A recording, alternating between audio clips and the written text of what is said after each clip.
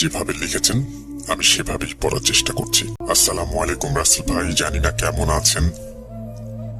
আপনি যেহেতু সব সময় ভালো থাকেন তাই আশা করি ভালোই আছেন। আপনি আমাদের পাশে আছেন, এই জন্য আপনার প্রতি কৃতজ্ঞতা প্রকাশ করছি। আমার নাম এসকে পৃথুল, বাসা ফরিদপুর জেলার মধুখালীতে। আমার এক বন্ধুর ঘটনা সিলেক্ট হওয়ায় আমি আমার সাথে ঘটে যাওয়া ঘটনা শেয়ার করছি। সবাই মনে করেন, ইস, আমার সাথে যদি প্যারানর্মাল কিছু ঘটত। কিন্তু বিশ্বাস করুন, যার সাথে ঘটে সে বোঝে যে তার জীবনের উপর দিয়ে কি কালো মুহূর্ত বয়ে গেছে এবং ছাপ স্বরূপ রেখে যায় অনেক কিছু। আগে একটা ছোট্ট কথা বলতে চাই। এরপরে তিনি কিছু কথা বলেছেন যে কথাগুলো আমি না হয় নাই বললাম, বরং আমি সরাসরি চলে যাই ঘটনাতে। তিনি লিখছেন, আপনাকে ধন্যবাদ জানিয়ে শুরু করছি ঘটনা। প্রায় 2 বছর আগের ঘটনা। ঘটনার সুবিধার্থে বলে রাখি, ভুডো পৃথিবীর প্রাচীন ব্ল্যাক ম্যাজিকের নাম। এটা নিয়ে আমি আপনাদের গ্রুপে পোস্ট করেছিলাম। এই ব্ল্যাক ম্যাজিকের প্রথম শুরু হয় রোমান অঞ্চলে, পরে অনেকের কাছে ছড়িয়ে পড়ে। এই জাদু চর্চার শক্তিকে নিয়ন্ত্রণ না করতে পেরে প্রায় সবাই বন্ধ করে দিয়েছিল, তাই আমরা অনেকে এর নাম জানি না। ভুডো দেবতার পুজো করার জন্য মানুষ এক প্রকার কাঠের মুখোশ আর বিভিন্ন পোশাক পরত। শোনা গিয়েছে হাওয়াই দ্বীপে এটি চর্চা করা হতো। সবচেয়ে ইন্টারেস্টিং ব্যাপার হলো, আমার বড় চাচা প্রায় 2 বছর আগে হাওয়াই দ্বীপ থেকে ভ্রমণ করে আসেন। তিনি প্রাচীন গুহা এবং বন জঙ্গলে ঘুরতে ভালোবাসেন। তিনি সেখানের এক গুহা থেকে একটা কাঠের মুখোশ পান, যেটা আমার জন্য নিয়ে আসেন। আমি যদিও ভূত প্রেত নিয়ে ইন্টারেস্টেড, তাও ভুডো বা তার ভয়াবহতা জানতাম না। মামা তো চলে গেলেন। ওটা রং ছিল বাদামি, দেখে বোঝা যাচ্ছে অনেক পুরাতন কায়দায় বানানো। মুখোশটা আমি দেয়ালের ওপরে একটা পেরেকের সাথে ঝুলিয়ে রাখলাম। 2-3 দিন গেল, কিছুই হলো না। হঠাৎ দেখি যে মুখোশটা বারবার দেয়াল থেকে নিচে পড়ে যাচ্ছে। আমি যত ভালোভাবেই ঝুলিয়ে দেই, প্রতি সকালে ঘুম থেকে উঠে দেখি ওটা পড়ে আছে নিচে। বলে রাখা ভালো, মুখোশের আশেপাশে কোনো জানালা নেই, আর আমি আমার রুম লক করে ঘুমাই। মুখোশটা বেশ ভারী ছিল, বাতাসে পড়ার সম্ভাবনা কম। একদিন রাত 1টা নাগাদ ঘুমাতে যাবার আগে মুখোশটা আমি আমার মুখে লাগাই, জাস্ট ফর ফান। সেটা হয়তো ছিল আমার জীবনের সবচেয়ে বড় ভুল। হঠাৎ দেখি আমার গা হাত পা অবশ, কথা বলতে পারছি না। যেভাবে বিছানা থেকে পা ঝুলিয়ে বসে আছি, তেমন ভাবেই স্থির হয়ে বসে আছি, যেন মনে হচ্ছে আমার দেহ হতে আমার আত্মা ত্যাগ করেছে।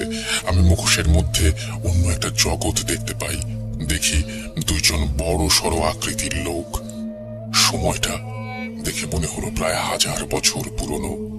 তাদের একজনকে দেখে সর্দার গোছের লাগছিল। সে পড়েছিল আমার মুখোশটা, আর একজন অন্য ধরনের মুখোশ পরে আছে। তারা দুজনেই মন্ত্র পড়ছে, বিভিন্ন অঙ্গ ভঙ্গিতে নাচতে নাচতে তারা তাদের দেবতার পুজো করছে।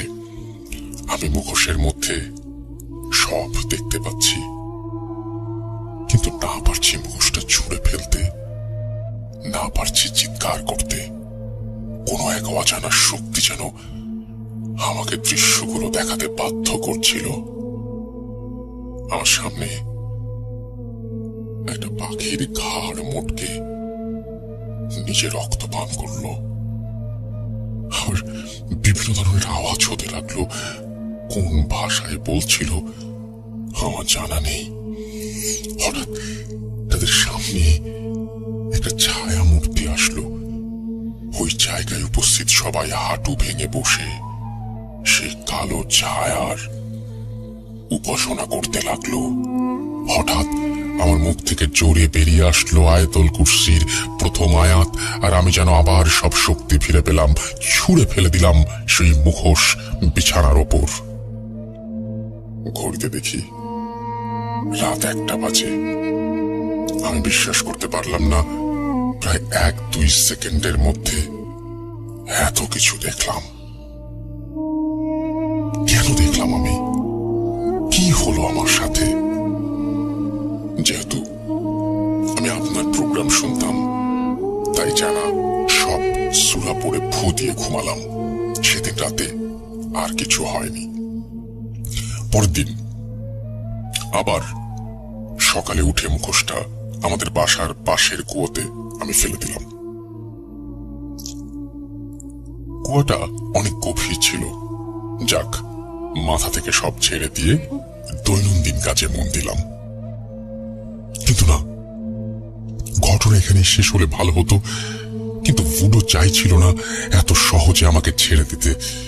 মুখোশটা ফেলে দিয়ে আমি যেন নিশ্চিত ছিলাম আর কিছু হবে না। সেদিন রাতে ঘুমোতে গিয়ে হঠাৎ মাঝরাতে কিছু একটা পড়ার শব্দে ঘুম ভেঙে যায়। লাইট অন করে দেখি সেই মুখোশ আমার খাটের পাশে ফ্লোরে পড়ে আছে। আমার রক্ত হিম হয়ে আসলো। অসহায় বোধ করছিলাম। কি করব বুঝতে পারছিলাম না। দোয়া পড়ে নিজেকে শান্ত করলাম। মুখোশটা হাতে নিয়ে দেখি ওটার কপালে একটা লাল রঙের ক্রস চিহ্ন। ব্যাপারটা ভালো ঠেকলো না আমার কাছে। বলে রাখা ভালো, প্রথম অবস্থায় মুখোশের কপালে 3টা ক্রসের চিহ্ন ছিল, যেটা শুধু খোদাই করা ছিল। কিন্তু আজকে সেই খোদাই করা অংশে লাল রক্ত দিয়ে ভরাট করা। আমি কিছু বুঝতে না পেরে খাটের নিচে চেলে দিলাম ওটা। কাউকে কিছু না বলে ঘুমিয়ে পড়লাম।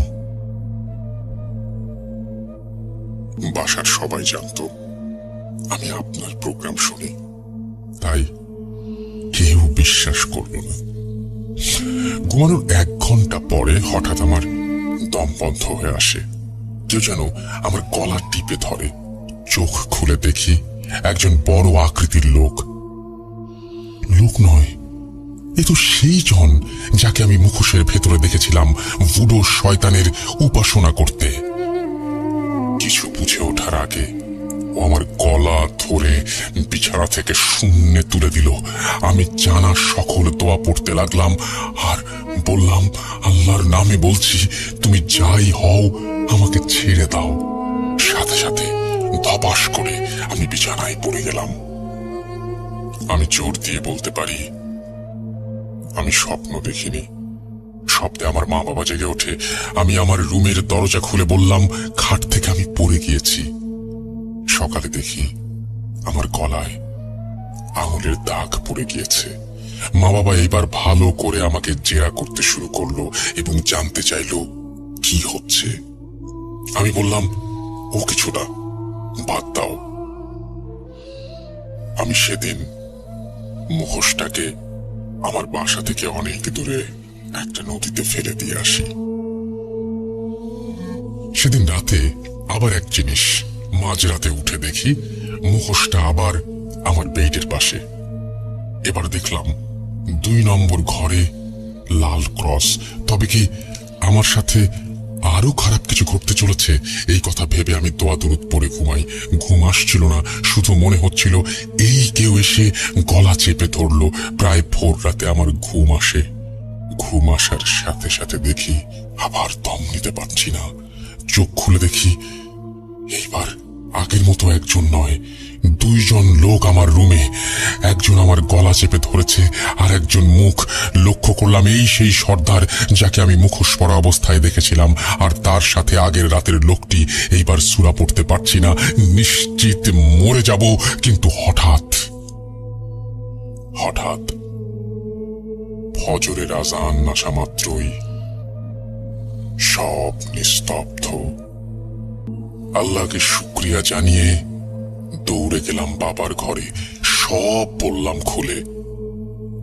আমার গলায় এবং মুখে চিপে ধরার দাগ পড়ে গেছে। বাবাকে বললাম যে একজন কবিরাজকে ডাকতে, যার ভূত প্রেত নিয়ে অভিজ্ঞতা আছে।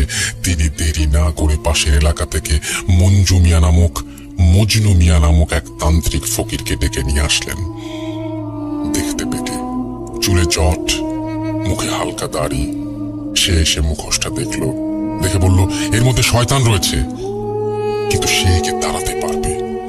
এই বলে সে তার ঝোলা থেকে কাফনের কাপড়ে পেঁচিয়ে মুখোশটা নিয়ে গেল আর আমার বিছানার চারপাশে তাবিজ বেঁধে দিয়ে গেল। বলে রাখা ভালো, মজনু মিয়া কুফরি কালাম এবং কালো জাদু করে রোজগার করতেন, তাই তার কাছে মাথার খুলি, কাফনের কাপড়, স্টিলের তৈরি বাক্স থাকত। মজনু মিয়া বেশ ভালো পরিমাণ অর্থ নিয়ে বিদায় হলেন। মনে হলো সব বুঝি ঠিক হয়ে গেছে। সেদিন রাতের বেলায় দেখি মজনু মিয়া খারাপ উদ্দেশ্যে মুখোশটা নিয়ে গিয়েছিল। আমি স্বপ্নে দেখেছিলাম সে চেয়েছিল মুখোশের শয়তানটাকে বশ করবে, তাই সে মুখোশটা সামনে রেখে মন্ত্র পড়া শুরু করলো। কিছুক্ষণ পর তার সামনে সেই কালো ছায়ার অবয়ব আসে, যাকে আমি প্রথমবার মুখোশের মধ্যে দেখেছিলাম। সে অট্ট হাসি দিয়ে কিছু একটা বলে যে তাকে উপাসনা করা যায়, তাকে বশ করা সম্ভব নয়। এই বলে শয়তানটা মজনু মিয়াকে হত্যা করে। সাথে সাথে আমার ঘুম ভেঙে যায়। উঠে দেখি মুখোশটা আমার মুখ বরাবর মশারির ওপরে। মুখটার চোখ দিয়ে রক্ত পড়ছে গলগল করে। আমার পুরো মুখ রক্তে ভিজে গিয়েছে। ভালো করে লক্ষ্য করলাম, এইবার ওটার কপালে 3টা ক্রস। এবার আমি নিশ্চিত আগামী রাতে 3 জন লোক আসবে আর আমাকে মেরে ফেলবে। আমি কিছুক্ষণ পরে স্বপ্নের কথা সবাইকে বললাম। আব্বু সেই মজনু তান্ত্রিককে ফোন দেয়, কিন্তু পাওয়া যায় না। পরে খোঁজ নিয়ে জানতে পারি সে অজানা কারণে সে রাতেই মারা গেছে। দুর্ভাগ্যবশত আমাদের পৃথিবীতে অনেক কিছু থাকা সত্ত্বেও মজনু মিয়া কুফরি নিয়ে কাজ করত, এজন্য তাকে জীবন দিতে হলো। কেন করে এরা? মজনু মিয়ার মতন কুফরি কালাম কেন তারা ব্ল্যাক ম্যাজিক দ্বারা খারাপ কাজে লিপ্ত হন জানি না। এবার কোনো রিস্ক না নিয়ে বড় মসজিদের ইমাম সাহেবকে আব্বু ডেকে আনলেন। তিনি সন্ধ্যায় আসলেন।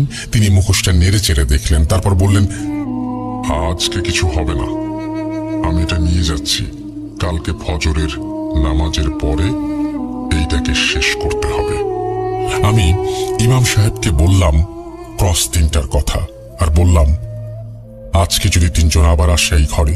তিনি বললেন, রাতে সজাগ থাকো, তাদের সাথে দেখা পেলেই আয়াতুল কুরসি পড়বে। আমি জিন দ্বারা তোমার ঘরে নজর রাখবো। আমি তার কথা মতো সেই রাতে সজাগ থাকি, কিন্তু প্রায় রাত 2টার দিকে ঘরে পচা মাংসের গন্ধ পাই এত বিশ্রী যে উঠে বসি। তাকিয়ে যা দেখি তা দেখার জন্য একেবারেই প্রস্তুত ছিলাম না। এইবার সেই সর্দার, আগের রাতের সেই লোক আর একটা বড় ছায়া। তবে এই ছায়াটাই কি সেই ফুটো শয়তান? আমি কিছু না ভেবে দোয়া পড়তে শুরু করলাম। মনে বিশ্বাস ছিল আল্লাহর চাইতে শক্তিধর কেউ নেই, তাই তিনি আমাকে রক্ষা করবেন এই অশুভ শক্তির হাত থেকে। সূরা পড়া থামিয়ে দিলেই তাদের দেখা যাচ্ছে তারা আক্রমণ করতে আসছে। হঠাৎ দরজায় নক। সূরা পড়তে পড়তে খুললাম, দেখি ইমাম সাহেব। আমার প্রাণে যেন পানি ফিরে এলো। আমি সাথে সাথে তাকে জড়িয়ে ধরি। আব্বু আম্মু উঠলেন। ইমাম সাহেব বললেন, 3 জিন দিয়ে আমি পর্যবেক্ষণ করছিলাম, অবস্থা খারাপ দেখে নিজেই চলে এসেছি। বলে রাখা ভালো, তার বাসা আমাদের বাসার কাছেই ছিল। এইবার ইমাম সাহেব আমাকে আমার রুমে বসিয়ে সেই মুখোশটা নিজে পড়লেন এবং 40 মিনিট পর আমাকে বললেন, এতে কোনো জিন নেই, এ সাক্ষাৎ প্রথম শ্রেণীর শয়তান, যাকে খারাপ শ্রেণীর জিন পূজা করে। তিনি কোরআনের আয়াত চামড়ার উপর লিখে তাবিজ পেঁচিয়ে কারো চামড়ায় বেঁধে ওইটাকে নদীতে ফেলে দেন। ফেলে দেওয়ার সাথে সাথে আমার বাবার ফোন পাওয়া যায় না। দুজনেরটাই পকেটে ছিল, একসাথে গায়েব। বলে রাখা ভালো, ওইটার ছবি তুলে রেখেছিলাম আমি ওটাতে। ইমাম সাহেবকে ব্যাপারটা বললে তিনি বললেন, ওই শয়তান চলে যাবার আগে তার সকল অস্বস্তি নিয়ে গেছে, কিন্তু ওটা মরেনি। ওটাকে মারা সম্ভব নয়, শুধু বিদায় হয়েছে। পরের দিন মামার কাছে জানলাম তারও ফোন হারিয়ে গিয়েছে। তাকে আর কিছু জানালাম না। হয়তো তিনিও তার ফোনে কোনো ছবি রেখেছিলেন।